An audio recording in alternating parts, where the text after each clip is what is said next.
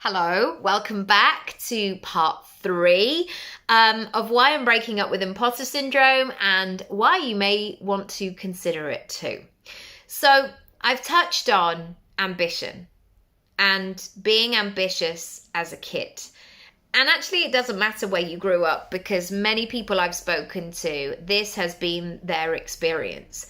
Apart from, and I'm generalizing here, but one of the groups of people that I have spoken to about this are actually people that went to private school, whether that was boarding school or a day school. And they actually have a different approach.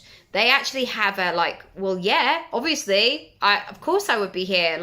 I'm going to do a great job. This is just what I'm doing. So off we go.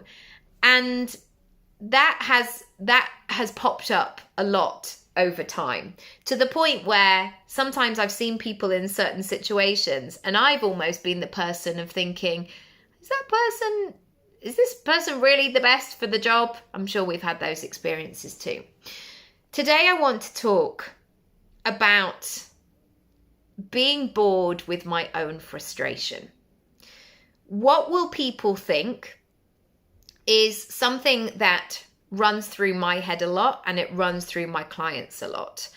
And a lot of it is deep rooted into childhood, into teenage years of not wanting to be different or not wanting to stand out, but actually then realizing that we are different, which therefore requires us to stand out because we want to be entrepreneurs, we want to be business owners. So we better find a way to do this, otherwise we're not going to make any bloody money. All of that. And my first question is if you struggle or if you have a relationship with this feeling of what will people think, I want you to get very clear about who those people are. Who are they? Is there a group? Do they exist? Is it a real group of people? And what would also, just going to stop that beeping, also, what would they say? What would be the worst thing that they could say? And I want you to go there. And I want you to delve deeper. And I want you to think about the worst possible scenario ever. And I've spoken about this before, but I remember being in a shop quite close to where I lived. And I was 36 weeks pregnant. And I was massive. I was not running anywhere. I was not in a position to do anything apart from be pregnant. It was that time. I was ready for him to come out. And I think this was one of my last trips out and about. And there got to a point where I was like, right, I need to just be close to home now. And I remember seeing somebody from a distance that I went to school with. Somebody that was cruel to me, that threatened me, and also that I believed, because I did believe that she would actually do something, because that was the standard that she had for herself. She delivered on her promise. If she said that she was going to do something after school, you better watch your back, because it was true. It wasn't just empty threats. She definitely carried through on some of her words.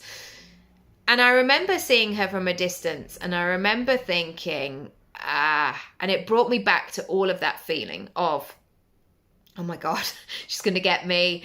What do I do? How do I feel safe? That real vulnerability. And then I realized that I was 33. Then I realized I had a choice. I could just leave the shop and get in the car and drive away. And I also realized that I was in a different stage of my life. I was heavily pregnant, and if this person came for me, nearly 20 years later, and was coming towards a very heavily pregnant person for no reason, there was something probably quite wrong. But in my head, I went to that place of well, at least there's security, because that was the fight or flight fear that I had of what do I do? How do I escape? I can feel it right now. And moments of that fear have shown up a lot. Thanks for coming to my counselling session, by the way. Lots of, but I'm talking about it because it's real, you know, when these moments happen, they're universal.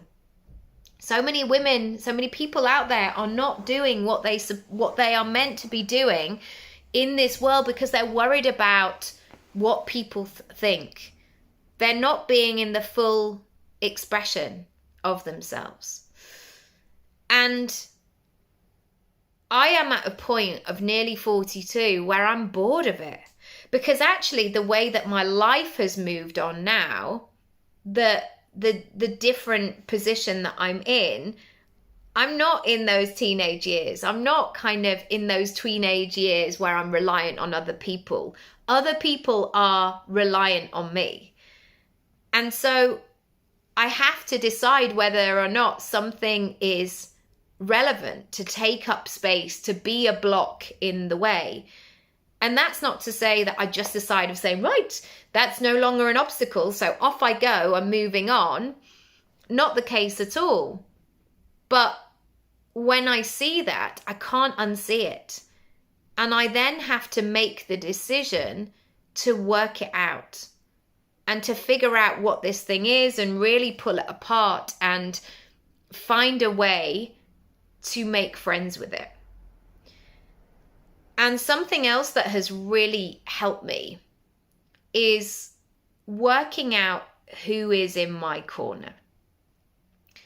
And I know this is a typical kind of coaching thing, you know, where you have the angel and the devil on your shoulder, or, you know, people call it their shadow, where they say, oh, you know, Maureen is here again. She's trying to hold me back. She always shows up, Maureen, you know, whatever other names are available, and many Maureens are fantastic people. But as I've analysed the last 20 years, so it's 20 years since I graduated drama school, it's 10 years, or rather 10 and a half now, since I qualified as a coach. I'm really looking at who has been in my corner, who has been consistently there in the good times.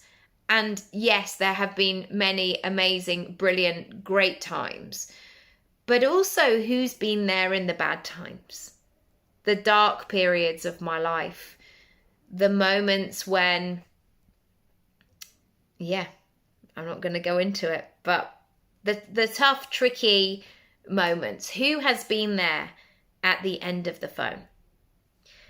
And because of the way that I am, that I'm actually quite a private person, my circle is relatively small. Those people who get to see that vulnerable side of me, that person who has been there in the good times and the bad times. I'm sure there's a song in there somewhere. And so I've realized with what will people think is I had this recognition that these people are not going to be there in the good times. They're not going to celebrate me. They're not going to be one of those people, you know, who are like a genuine cheerleader. I would consider myself one of those people. I want to see you win. I want to see you fly. That's why I'm always in the toilets at weddings when somebody goes, I've got this business idea, Nicky. I'm like, great. Well, what do you want to do? Tell me your big dreams. Like, I am a dream keeper. I am that person in life. If you see me on the school run, people are coming and talking to me about these things. I said it to another mum the other day, and if you're listening, you know who you are. She told me an idea. I was like, brilliant. Yes, can see it. Totally works. Get a lawyer on it though. Like that's who I am, because I want to see people win. And so when I was stuck in this, like, yeah, but what will people think? Doesn't matter what success that I'm going to get or that I'm building, because they're not going to be supportive of it anyway. Equally, when I've had my darkest nights of the soul / months / years, they're not there either. And so I want you to do this work today. And as a closing question, consider how much power they are having over how you're moving forward. And what you might find is it's not relative. It's not in keeping with where you're going. It's almost like going out and wanting to have a lovely time, but then remembering that it's going to rain 4 weeks on Tuesday. It's not relevant now.